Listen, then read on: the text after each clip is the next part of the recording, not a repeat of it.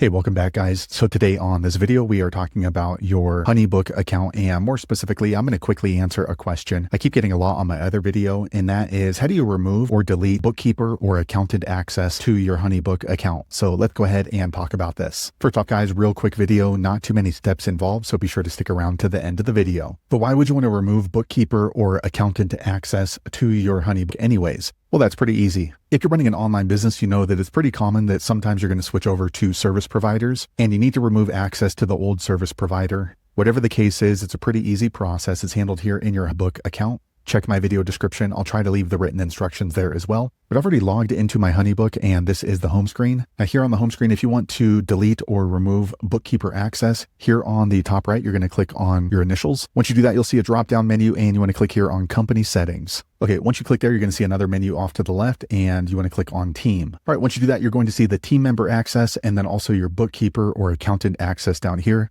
You can see I have one contact right here. And in order to revoke their access off to the right of their name, you're going to click on the three dots. Once you do that, you're going to see a drop-down menu and you want to click here on revoke access. Okay, next you're going to see this pop up. Are you sure you want to revoke access to your bookkeeper? Any financial information or reports that you provided won't be accessible to them. If you're okay with that, click on confirm. Okay, quick second later, the page refreshes. Now you can see my bookkeeper is still listed in my team settings. However, next to their name, they have this red mark saying revoked. So they no longer have access to my HoneyBook account. So there you have it, guys. If you're wondering how to revoke or remove accountants or bookkeepers from your HoneyBook account, that's the easiest way I know how to do it. If you know an easier way, be sure to leave a comment below. Let the rest of us know how you did it. Hopefully you found that video useful. If so, click thumbs up or maybe consider subscribing to my channel, and I hope to see you on the next video. Thanks again for watching.